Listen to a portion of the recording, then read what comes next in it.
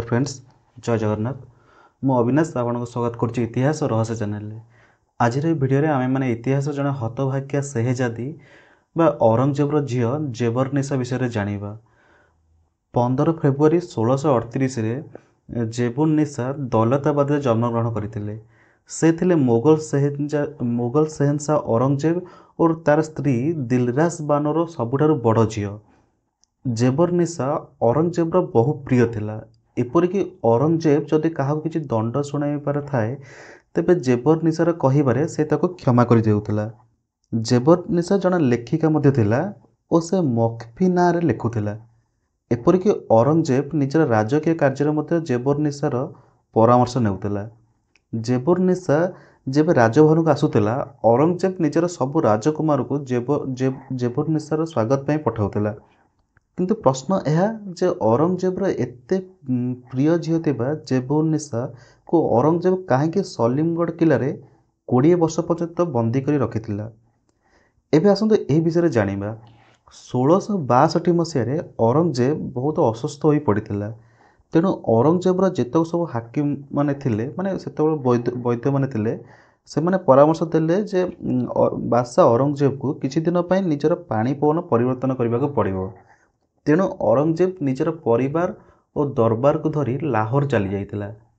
एही समय रे लाहौर रो गवर्नर थिला औरंगजेबर सेनापतिर पुओ अकील खान। और कहा जाए जे एही अकील खान सो औरंगजेबर झियो जेबुन्निशार प्रेम संपर्क गढ़ी उठितिला। एही खबर जेतेबेले औरंगजेब निकट में पहुँचतिला तो तार जेबुन्निशा उपर विश्वास उठी जाइतिला और से जेबुन्निशा को बंदी करि नेला।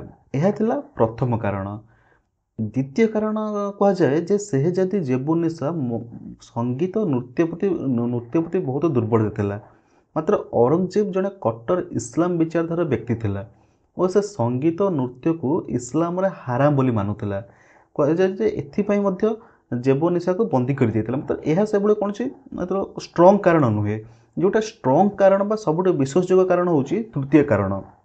जे तृतीय सबुठ विश्वासयोग्य कारण होची 1681 मसीह औरंगजेबर पुओ शेहजादा अकबर औरंगजेब विरुद्ध रे विद्रोह घोषणा करथिला बा विद्रोह करथिला और एही विद्रोह रे अकबर साथ देथिला औरंगजेबर झियो जेबुन्निशा।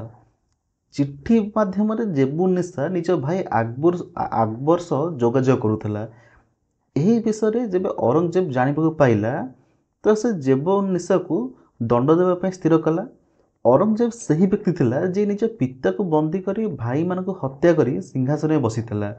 तेणु औरंगजेब पई तार सिंहासन ही सबुठु बड़ थिला। से राजगादी आगरे तापे कौनसी भी संपर्क किछि मान नथिला। तेणु से जेबुन्निशा को दंड शुणाइथिला जे जेबुन्निशा को तार सबु संपत्ति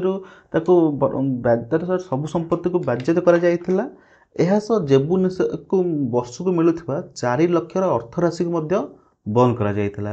यह सह जेबुन्निशा को 20 वर्ष पई बंदी करा जाइथिला और बंदी थिबा समय रे ही 1701 रे जेबुन्निशार मृत्यु हो जाइथिला। तांको मृत्युर अनेक वर्ष पर 1724 रे तांको लेखा को दीवाने मक्खी नाम रे प्रकाश करा जाइथिला। यह थिला औरंगजेबर झियो जेबुन्निशा इतिहास। आशा करे आज भिडियोटी आपको भल लगी। यदि भल लगी तेज भिडियोटी को लाइक शेयर और कमेंट करूँ। यह सब चैनल को सब्सक्राइब करूँ।